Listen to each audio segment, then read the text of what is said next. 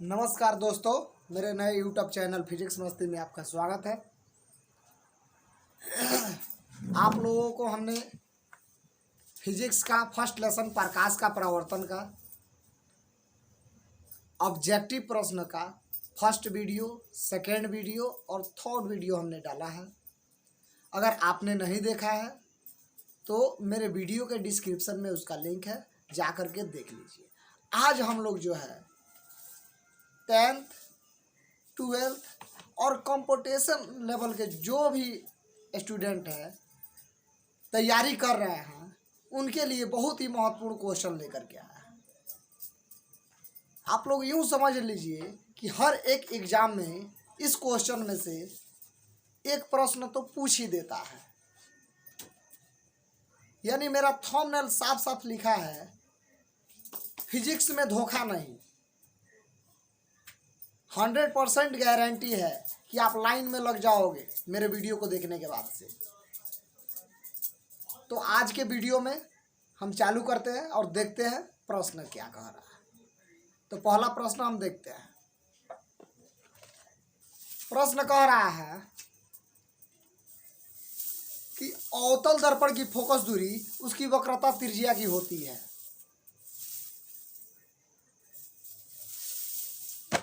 अवतल दर्पण का परिभाषा अगर आपको याद नहीं हो तो डिस्क्रिप्शन में उसका लिंक है, जाकर के देख लीजिए।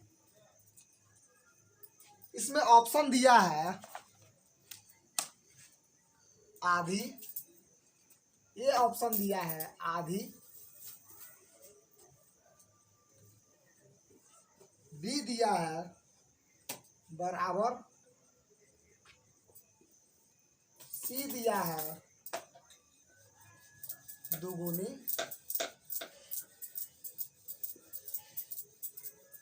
डी दिया है चौगुनी।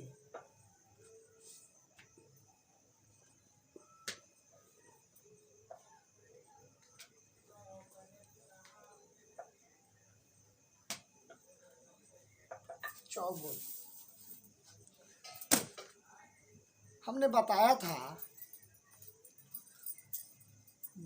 ऑब्जेक्टिव के पार्ट 3 में कि गोलीय दर्पण के दो ही पार्ट होते हैं, एक अवतल दूसरा उत्तल। अब कह रहा है कि अवतल दर्पण में उसकी फोकस दूरी वक्रता त्रिज्या की क्या होती है। हमने सिद्ध कराया है F बराबर R/2 अवतल दर्पण में, यानी फोकस दूरी की वक्रता त्रिज्या क्या होती है, आधी होती है। यानी F बराबर R/2 होता है। बराबर नहीं होता है, दुगुना नहीं होता है और चौगुना तो बिल्कुल नहीं होता है। तो इसका सही जवाब होगा ए। अगला प्रश्न आपके डिस्प्ले पर शो कर रहा होगा।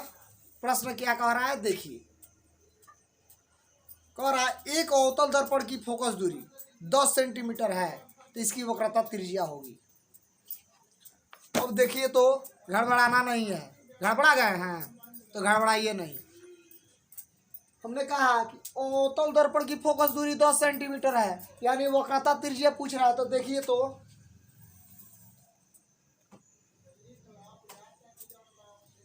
यानी F गुणे 2 बराबर R, यानी R इक्वल टू 2 गुणे कंची F। F दिया है 10 सेंटीमीटर, आपके डिस्प्ले पर दिख रहा होगा। तो 10 सेंटीमीटर दिया है तो 2 गुणे तो 10 दूनी 20 सेंटीमीटर।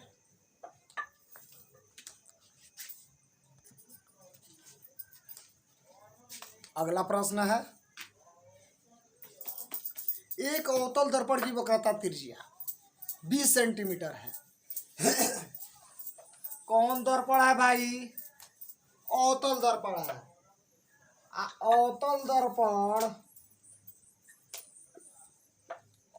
दर्पण की वक्रता त्रिज्या 20 सेंटीमीटर है। कह रहा है दर्पण के सामने ध्रुव से, दर्पण के सामने ध्रुव से यानी P से 8 सेंटीमीटर दूरी पर एक वस्तु है। यह 8 सेंटीमीटर की दूरी पर एक क्या है? वस्तु है। तो कह रहा है इसका प्रतिबिंब कहाँ बनेगा? प्रश्न डिस्प्ले पर शो कर रहा है, एकदम ध्यान से पढ़िएगा। कह रहा है कि अवतल दर्पण की वक्रता त्रिज्या 20 सेंटीमीटर है और दर्पण से 8 सेंटीमीटर की दूरी पर वस्तु है, तो उसका प्रतिबिंब कहाँ बनेगा? ऑप्शन दिया है, ए नंबर दिया है दर्पण के फोकस पर बनेगा,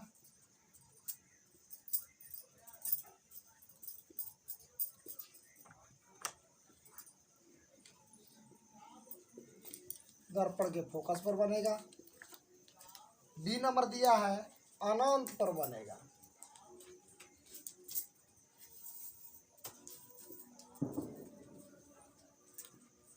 सी नंबर दिया है दर्पण के पीछे बनेगा।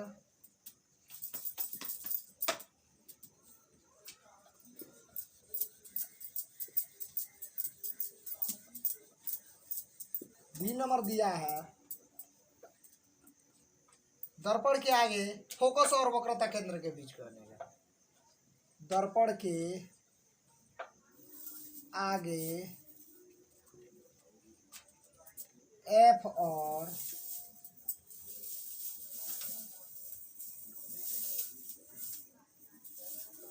अनंत के बीच बनेगा।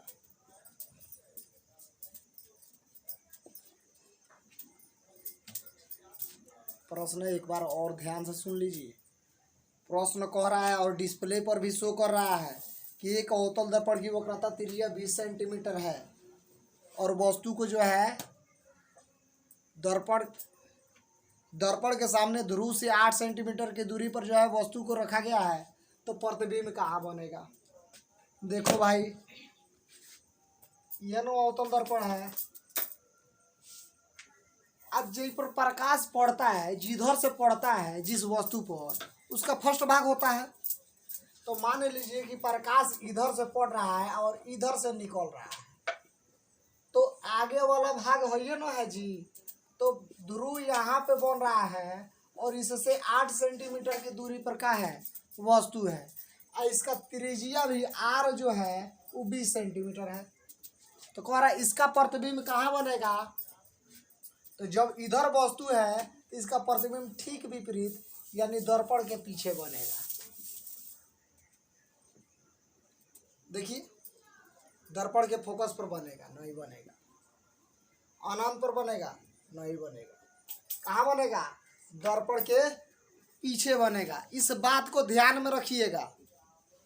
अगर दर्पण अवतल दिया हो, अगर उसके सामने अगर 16 सेंटीमीटर हो, 32 सेंटीमीटर, कोई भी सेंटीमीटर दिया हो और पूछ दे कि उसका प्रतिबिंब कहाँ बनेगा, तो हमेशा और हमेशा दर्पण के पीछे ही उसका प्रतिबिंब बनेगा।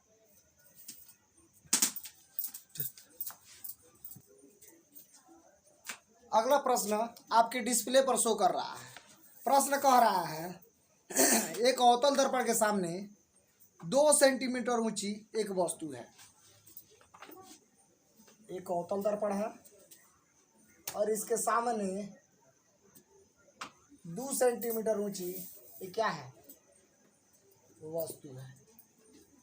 अवतल दर्पण के ठीक सामने 2 सेंटीमीटर ऊंचा ये क्या है? वस्तु है। कह रहा है उसका प्रतिबिंब दर्पण में आभासी 6 सेंटीमीटर ऊंचा बनता है। अब आभासी कब बनेगा जी? जब वस्तु नहीं दिखाई देगा ना, तब ना आभासी बनता है। तो मान लीजिए कि दर्पण के पीछे इसका आभासी प्रतिबिंब जो है 6 सेंटीमीटर का बन रहा है। तो कह रहा है तो प्रतिबिंब है, तो प्रतिबिंब है।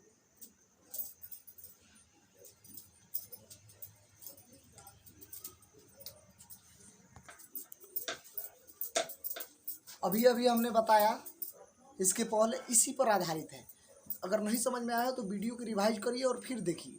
यह प्रश्न आपके डिस्प्ले पर शो कर रहा है। अब देखिए ऑप्शन इसमें दिया है, एक दर्पण के पीछे बनता है, दर्पण के पीछे, बी दर्पण के फोकस पर, दर्पण के एफ पर, सी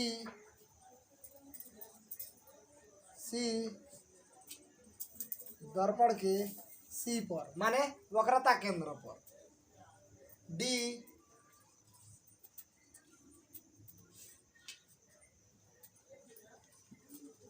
दर्पण के सी और अनंत के बीच।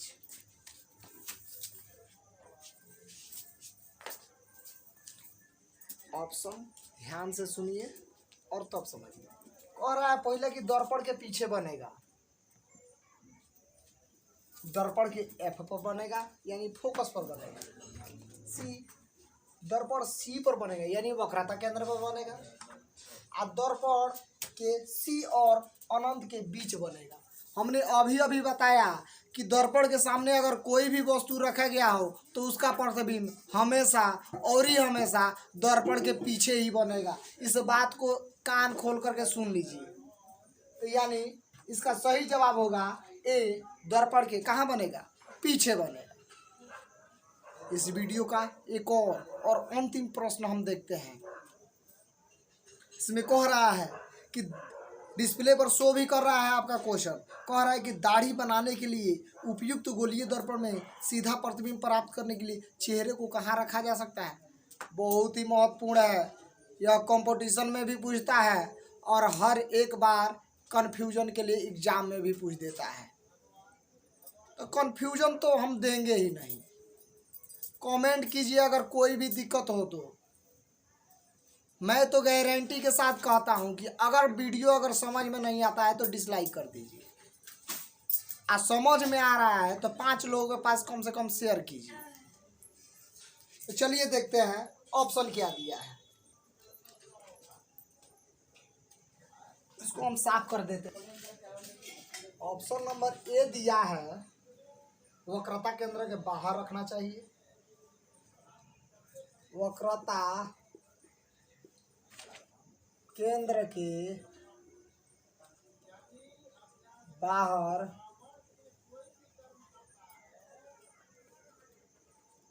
रखना चाहिए, बी वक्रता केंद्र पर रखना चाहिए,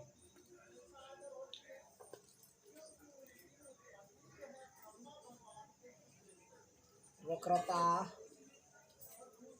केंद्र पर रखना चाहिए।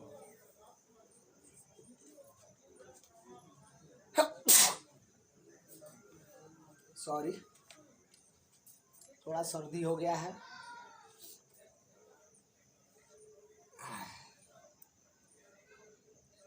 तीसरा ऑप्शन दिया है वक्रता केंद्र और फोकस के बीच रखना चाहिए, यानी सी और एफ के बीच रखना चाहिए।